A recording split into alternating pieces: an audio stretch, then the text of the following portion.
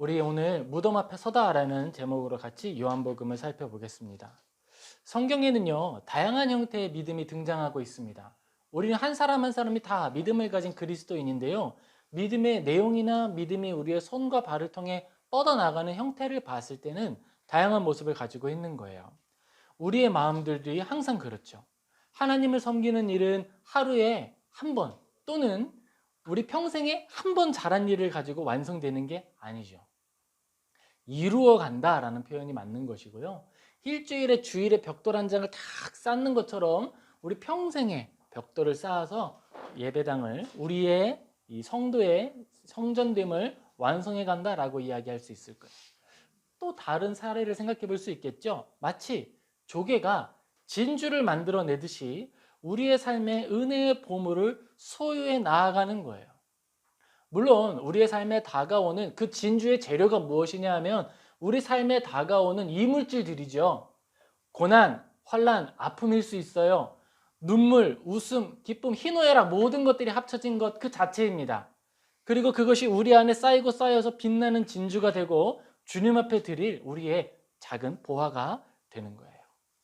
우리가 그 은혜의 원리들을 기억하며 하나님께 은혜로 응답하는 저와 우리 모든 지체 되기를 주님의 이름으로 축복합니다. 우리 요한복음 20장 1절하고 2절 같이 읽겠습니다. 요한복음 20장 1절 그리고 2절입니다. 안식 후 첫날 일찍이 아직 어두울 때에 막달라 마리아가 무덤에 와서 돌이 무덤에서 옮겨진 것을 보고 시몬 베드로와 예수께서 사랑하시던 그 다른 제자에게 달려가서 말하되 사람들이 주님을 무덤에서 가져다가 어디 두었는지 우리가 알지 못하겠다 하니. 아멘. 예수님께서는요, 지금 십자가에 달려 죽으셨습니다. 누굴 위해 죽으신 거죠? 우리를 위해 죽으셨어요. 그리고 사도들과 그 자리에 함께한 모든 이들을 위해 죽으셨습니다. 우리는 이 사실을 믿어서 그리스도인이 되었어요. 여러분에게 예수님의 죽으심은 어떤 의미가 있습니까?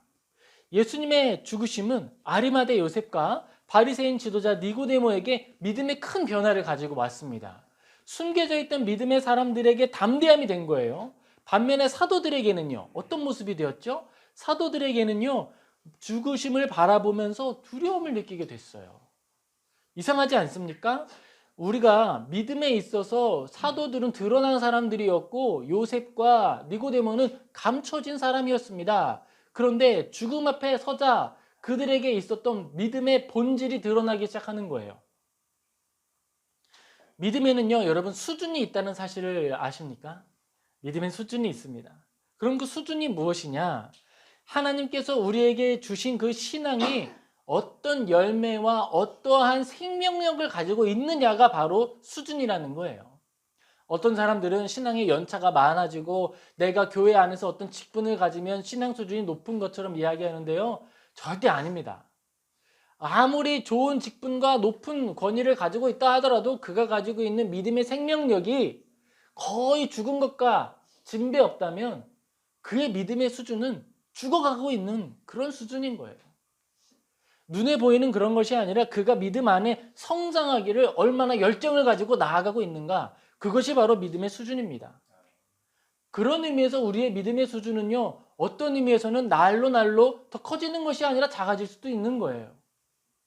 어렸을 때 처음에 하나님을 믿었을 때에는 모든 것을 다 드렸듯이 내가 하나님께 다 내어드릴 듯이 그렇게 하나님을 사랑하다가 모든 것을 다 받은 후에는 내가 가지고 있는 것이 많아진 후에는 잃을까 봐 두려워서 하나님 사랑하기를 두려워하는 모습이 나타날 수도 있습니다.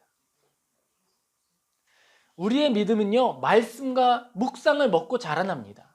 생명체예요. 처음에는 겨자씨보다 작은 그 믿음이 말씀과 묵상을 통해 성장한 후에는 세상의 풍랑도 이기게 되는 거예요. 우리는 그것을 꿈꾸며 나아갑니다. 아리마대 요셉과 니고데모는 믿음이 거의 보이지 않는 것 같았어요. 처음에는. 저 사람이 무슨 믿는 사람이야.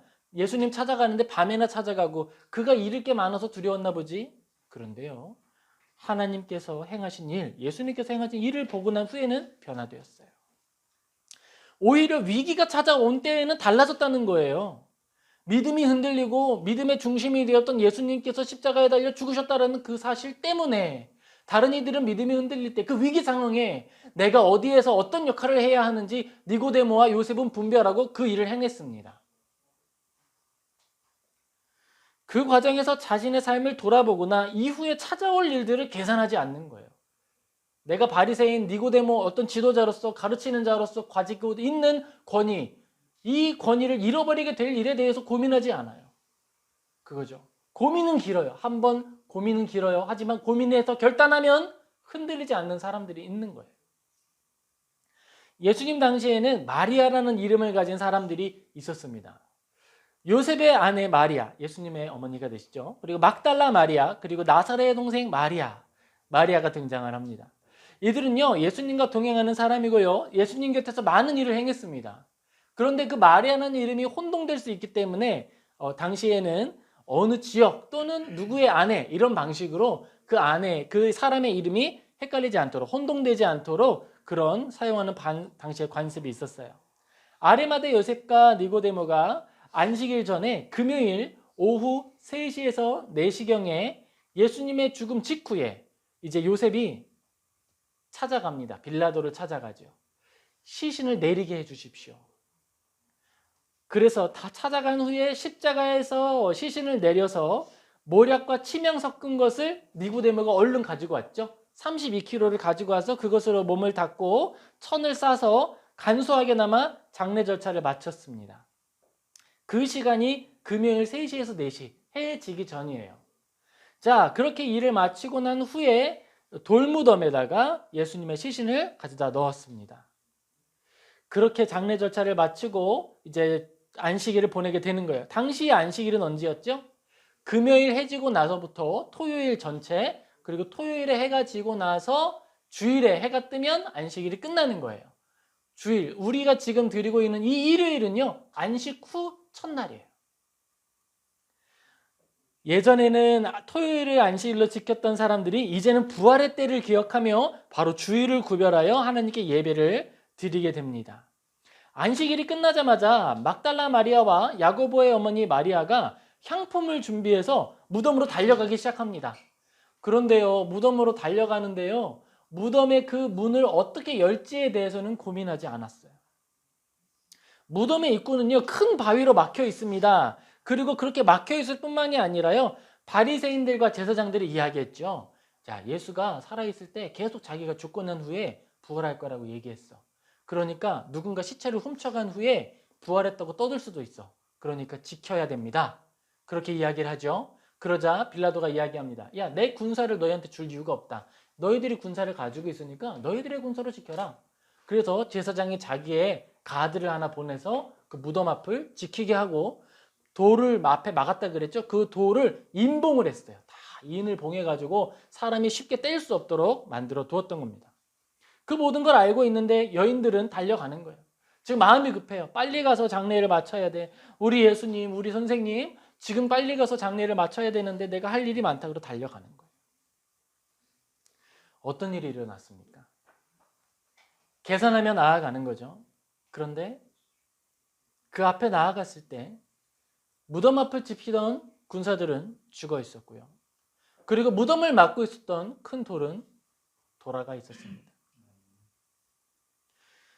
소외되었던 사람들이 예수님이 죽으신 이후에 적극적으로 움직이기 시작했고요. 그들은요, 계산하지 않았다는 사실이 중요합니다. 오히려 예수님 옆에서 누가 큰 자냐 떠들고 예수님 옆에서 많은 능력을 행하고 많은 능력의 주인공처럼 보여졌던 사람들이 숨는 사건이 나타나게 됐습니다. 누가 큰가 다투던 사도들 중에 어떤 사람은요, 강압적인 질문에 못 이겨서 예수님을 3번 부인하기도 했습니다. 한 청년은요, 배 헛니부를 두르고 예수님을 이렇게 따라가다가 무리에게 붙잡히자 콧니비를 던지고 알몸으로 도망가기도 했어요.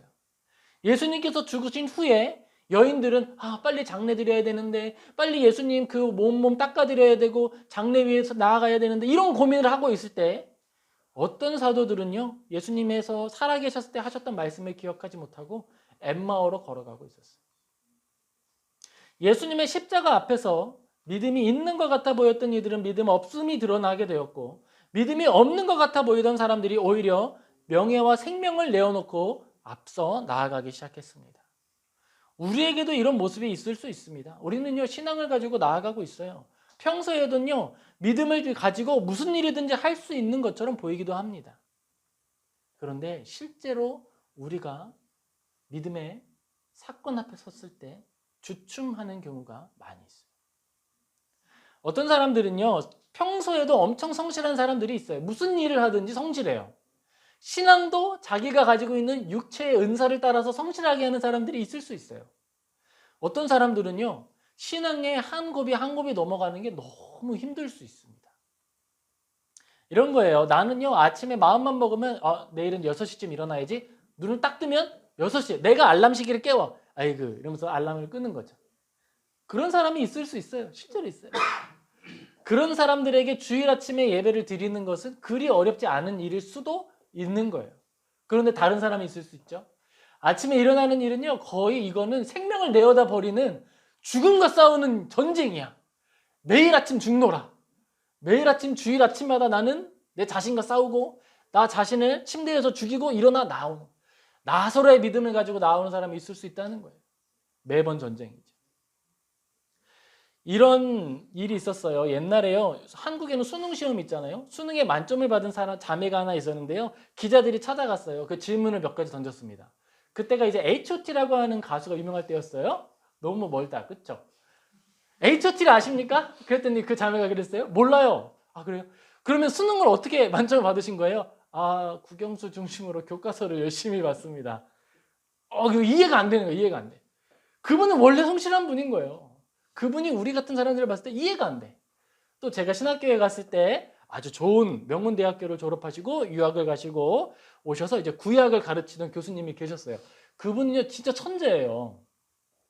그런데 그분의 한 가지 단점이 있어요. 진짜 잘 가르치고 계시거든요. 근데 뭐냐면, 우리 전도사님들 분명히 나랑 같이 책을 읽었고 나랑 같이 소리내서 읽었는데 왜 문제를 못 푸시는 거죠? 이해를 못 하시는 거예요. 이해를 못 하시는 거예요.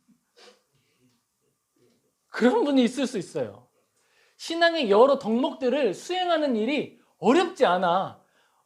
이상하다. 성경 읽었으면 외워야지. 암송이 줄줄줄 되는 거예요. 어떤 사람은요, 암송 하나를 하기 위해서 목숨을 걸어야 되는 사람들도 있는데 이해를 못해. 그럴 수가 있는 거예요. 열정적인 신앙인으로 보이지만 뿌리가 얕은 사람이 있을 수가 있고, 적절한 질서를 잘 모르는 미성숙한 성도로 보이나 아주 성숙한 성도가 있을 수 있다는 겁니다. 사람이 가진 기질과 성향에 따라 하나님을 믿는 믿음이 다양하게 표현될 수 있다는 말이에요. 기억해야 할 것은요, 포도나무가요, 다 포도나무 품종인데 가지의 형태나 모양, 그리고 열매를 맺는 시기와 때가 조금 다를 수 있다는 겁니다.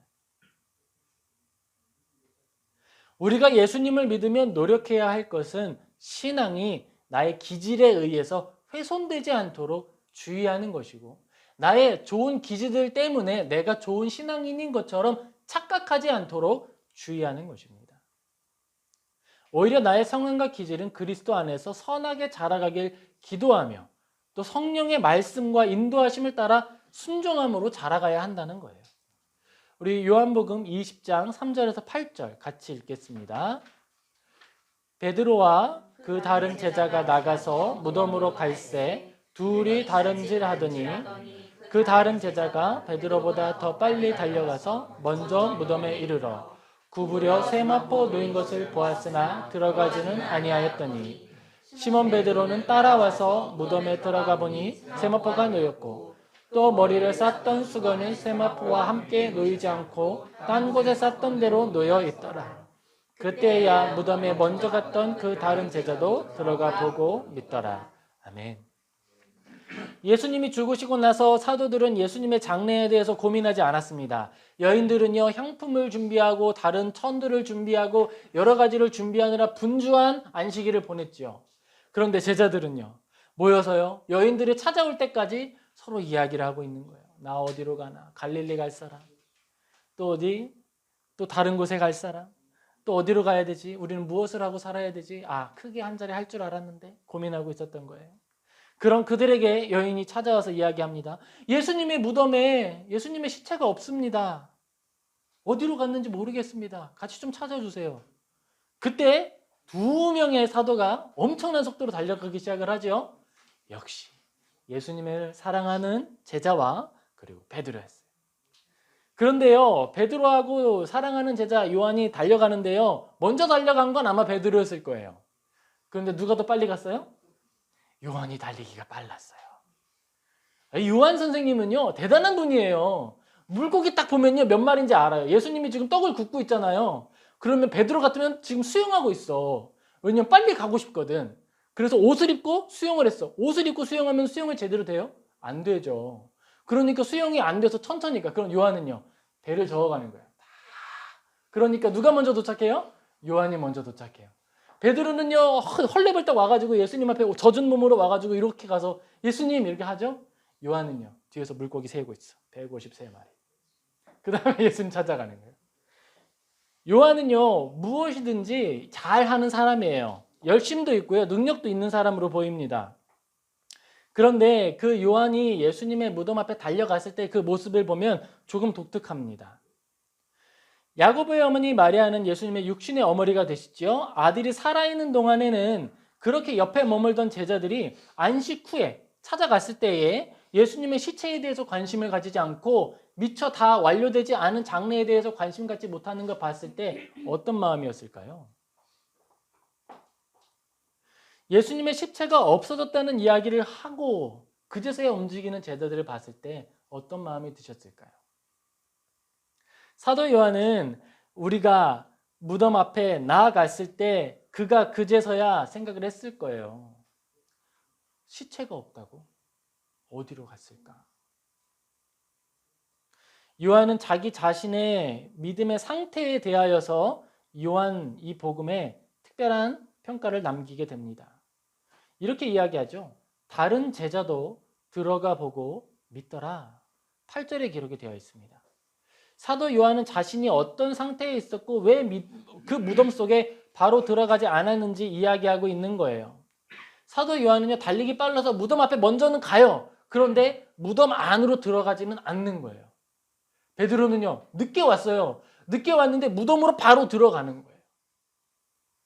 이런 거죠. 신앙의 다름질을 열심히 합니다. 결승점에 가서 고민하는 거예요. 이 결승점이 맞아?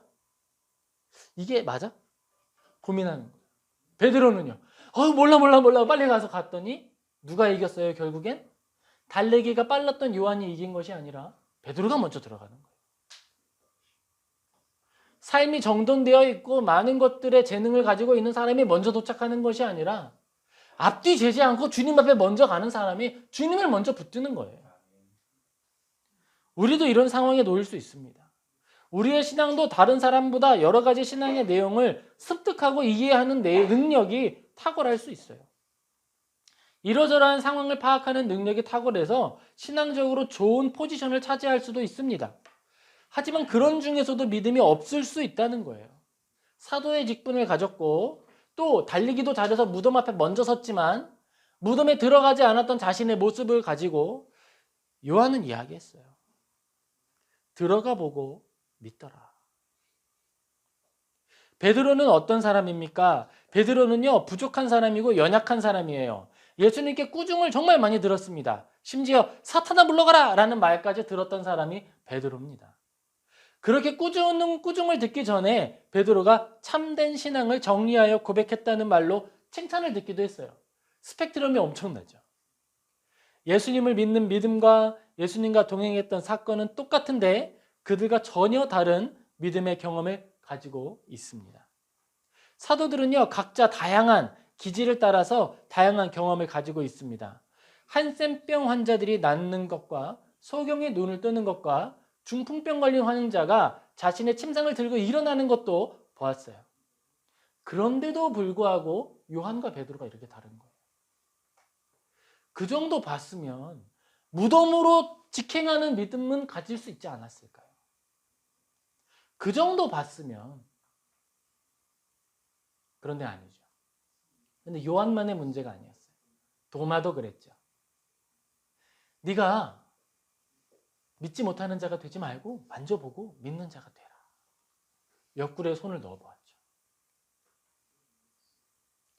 기적을 열심히 일상적으로 눈으로 보았는데 그 안에 담긴 의미가 사도들에게 전달되지 않기 시작한 거예요. 믿음을 가지고 있다고 생각을 했고 직분을 가지고 있다고 생각을 했고 믿음의 스승이 되었다 생각을 했는데 실제로 열어보았더니 여인들보다 믿음이 없었고요. 요셉과 니고데모보다 믿음이 없었습니다. 요한의 입장으로 봤을 때는 내가 베드로 스승, 베드로 형, 우리 드로 형보다 믿음이 없구나. 그렇게 되는 거예요. 오히려 자신의 삶을 기적의 도구로 쓰임받게 되었던 나사로와 그의 가족에게 변화와 믿음의 큰 선물이 주어진 것입니다. 믿음의 여러 역사들이 나타나는 것을요, 아무리 눈으로 지켜보고 내 옆에서 나타나는 걸 아무리 바라보아도 나는 그것의 주인공이 될 수 없는 거예요. 사도들처럼 아무리 많은 기적을 보아도 결코 믿음이 성장하지 않을 수 있는 거예요. 왜냐? 그 믿음의 내용이 주인공이 내가 아니잖아요. 요한복음 20장 9절 우리 같이 읽겠습니다. 요한복음 20장 9절입니다. 그들은 성경에 그가 죽은 자 가운데서 다시 살아나야 하리라 하신 말씀을 아직 알지 못하더라. 아멘. 요한이 그때 당시를 회상하며 그들의 믿음의 상태, 무엇이 문제였는지를 이야기하고 있는 거예요. 성경에 그가 죽은 자 가운데서 다시 살아나야 하리라 하신 말씀을 아직 알지 못하더라. 사도들은 믿음의 증거도 보았고 많은 이야기들을 보았습니다. 하지만 한 가지가 없었기 때문에 결정적인 믿음의 내용에 흠이 있었던 거예요. 그것이 무엇이었느냐? 바로 이것이에요. 예수님이 다시 살아날 것이다 라고 하는 사실을 믿지 못한 겁니다. 예수님이 살아날 것이다 라고 하는 이 말을요, 자기 나름대로 해석을 해서 그래, 주님의 나라가 오면 하나님이 이 땅에 다시 오시면 살아날 일이지 라고 알았다는 거예요. 나사로의 동생 마리아와 마르다가 그렇게 믿고 있었죠. 주여, 내가 믿나이다. 예수님이 다시 오시는 그날에는 우리 모두가 부활할 것을 알고 있습니다. 아니다. 살아서 믿는 자는 영원히 죽지 않을 것이다. 죽은 자도 살아날 것이다. 이야기하여 주셨죠. 그랬더니 그 말이 비유가 아니라 진짜 사실이라는 것을 보여주셨어요. 바로 그 믿음이 없었다는 거예요. 진짜 살아난다. 하나님 진짜 살아계신다. 하나님이 우리를 진짜 인도하신다라고 하는 사실을 믿지 못했다는 거였어요. 예수님을 믿는 믿음에는요, 긴 역사가 있습니다. 교회 안에는요, 다양한 형태의 이단들이 존재했어요. 교회는 잘못된 가르침으로부터 진리를 수호하고 수많은 순교자들이 자신의 생명으로 진리의 가치를 입증했습니다. 우리가 가진 이 믿음은요, 많은 이들의 수고와 피를 통해 우리에게 이어진 거예요. 신앙을 가진 우리가 가장 중요하게 다뤄야 할 것은 이 모든 말씀이 현재의 사건이며 변하지 않는 진리라는 겁니다. 많은 이단이 있다고 제가 말씀드렸죠. 그 이단이 그럼 무엇 때문에, 어떻게, 왜 만들어졌을까요? 그들은요, 기독교 진리의 핵심에서 오해를 가졌는데요. 그 오해의 내용, 그리고 오해가 만들어지는 가장 기본적인 이유는 믿기 어려운 신앙을 믿기 쉬운 말로 바꾸는 데서부터 시작이 된 거예요. 그리고 세상의 말과 진리가 충돌하는 몇 가지 지점이 있습니다. 하나님은 전능하신가? 이 질문은 다른 질문과도 연결이 되어 있죠. 하나님이 세상을 창조하셨는가? 하나님은 과연 선하신가? 예수님은 하나님의 아들이시며 완전한 사람이신가? 성경은 하나님의 말씀인가? 신앙은 현실인가? 이 말에 대해서 사람들이 여러 가지 믿고 쉬운 말로 바꾸는 거예요. 하나님은 전능하신가? 이 말을요, 그대로 고백하려면 무엇이 선행돼야 돼요? 그러면 이 땅에 나타난 악에 대해서는 악도 하나님이 만드신 거냐? 그걸 말하기 위해서 사람들이 어떻게 이야기하냐면요, 귀신을 이야기하기도 하고요, 하나님과 대등한 의미의 사탄을 등장시키기도 하는 거예요. 그렇게 많은 이단들이 만들어지는 겁니다. 이 모든 이단들이 만들어졌을 때의 그 원동력과 그 내용, 설명하고자 하는 목적이 뭘까요? 자기 나름대로는 하나님의 선하심을 내가 지키려고 한다는 거예요. 또 하나는요, 나에게 나타난 어려운 일들에 대해서 하나님 원망하지 않기 위해서 내가 미워할 대상을 만든다는 거예요. 하지만 아닙니다. 아니에요. 하나님은 우리에게 그 모든 일들을 베풀어 주시고 자신의 모든 것을 부어주시고 나서 말씀하여 주시는 거예요. 내가 너를 사랑한다라고 말씀하십니다. 예수 그리스도를 우리에게 보여주심으로 내가 너를 사랑한다는 증거다라고 보여주시는 거예요. 내가 너희에게 보여줄 유일한 한 가지 증거가 있는데 그것은 내 아들을 너 대신에 죽인다는 거다. 우리는 믿기 쉬운 하나님을 믿는 사람들이 아닙니다. 성령님의 놀라운 능력이 아니고서는 믿을 수 없는 그 진리를 소유한 사람들이에요. 하나님께서 우리에게 믿음을 베풀어 주시지 않는다면 우리는 천국 도성으로 나아갈 수 없는 거예요. 오늘 우리가 예배의 자리에 함께 나오기 위해서 많은 시간을 기다렸지요. 우리는요, 그 문을 열 권한을 가지고 있지 않아요. 열쇠를 가진 사람이 와야 그 예배의 문이 열리고, 예배의 문이 열린 후에야 우리가 섬길 것이 나타나는 거예요. 예배의 문이 열리지 않으면요, 아무리 뛰어난 스킬을 가지고 있고 예배를 드리기 위한 아무리 많은 재료들을 손에 들고 있어도 쓸모가 없어요. 주보를 가지고 있으나 줄 수가 없어요. 피아노를 가지고 있으나 칠 수가 없어요. 이야기할 것, 전할 복음을 가지고 있으나 전할 수 없는 거예요. 하나님께서 예배의 문을 여시고 기회를 우리에게 허락하여 주실 때에야, 믿음을 우리에게 허락하여 주실 때에야 우리가 섬기고 사랑하고 나눌 수 있는 겁니다. 우리 이 사건을 이번에는 믿음의 눈으로 한번 살펴보겠습니다. 시간과 사건의 순서대로 우리가 한번 살펴보았지요. 믿음의 눈으로 살펴볼 때에 안식 후 첫날은 바로 오늘 우리의 주일이에요. 그런 의미에서 우리가 오늘 하나님께서 예배당의 문이 늦게 열리는 것을 경험하게 하신 것은요, 선지자적 은혜가 아닌가 생각을 합니다. 내가 사람을 보내 문을 열지 않으면 너희들이 들어올 수 없어. 너희들이 예배를 섬긴다고 교만한 마음 가지고 있었어? 너희들이 예배의 주인이 된 것 같았어? 아니야, 내가 열어주지 않으면 들어올 수 없는 거야. 저에게 주시는 말씀 같아요. 우리에게 주시는 말씀이겠죠. 예배는 하나님이 베풀어 주시는 은혜입니다. 여인들이 달려갑니다. 달려나아갑니다. 주님 앞에 서고 싶은데요, 주님 앞에 섰던 그 모든 시간이 은혜였다는 사실을 깨닫는 거예요. 살아계실 때 주님 앞에 나아갈 수 있었던 게 은혜였어요. 누군가 무덤 앞을 막고 임봉하고 로마 군병이 지키면 나아갈 수가 없는 거예요. 그리고 달려나아갔더니 하나님이 치워주시는 거예요. 그랬더니 다시 볼 수 있어요. 여인들이 달려가죠. 먼저 달려가서 사도들에게 찾아갔던 여인이 있었습니다. 그리고 그때 예수님이 나타나시죠. 내가 여기 있다. 예수님께서 다시 만나주시는 겁니다. 은혜로 만나주시는 거예요. 우리가 능력이 있거나 힘이 있어서 만날 수가 있는 것이 아닙니다. 부활을 확인하기 위하여 우리는 이 자리에 모여 있습니다. 우리의 주위에는 무엇이 있습니까? 우리 같이 이웃을 돌아보며 같이 한번 고백해 볼까요? 우리는 믿음의 증인입니다. 다시 한번 고백할까요? 우리는 부활의 증인입니다. 여러분, 안식 후 첫날이 바로 오늘이에요. 바로 오늘 우리는 부활의 증인으로 부름을 받은 것입니다. 임봉할 무덤에 들어갈 자격이 없는 우리들이 은혜를 받아 이 자리에 나아온 거예요. 이 자리에 나와서 하나님이 베풀어 주신 은혜를 누리게 되었습니다. 믿음의 직분을 따라 어떤 사람들은 사도의 제자로, 어떤 사람들은 직분이 없는 부족한 사람들로 하나님 앞에 섰었습니다. 하지만 하나님께서 그들에게 은혜를 부어주시고 함께 하시며 가족으로 불러주시는 거예요.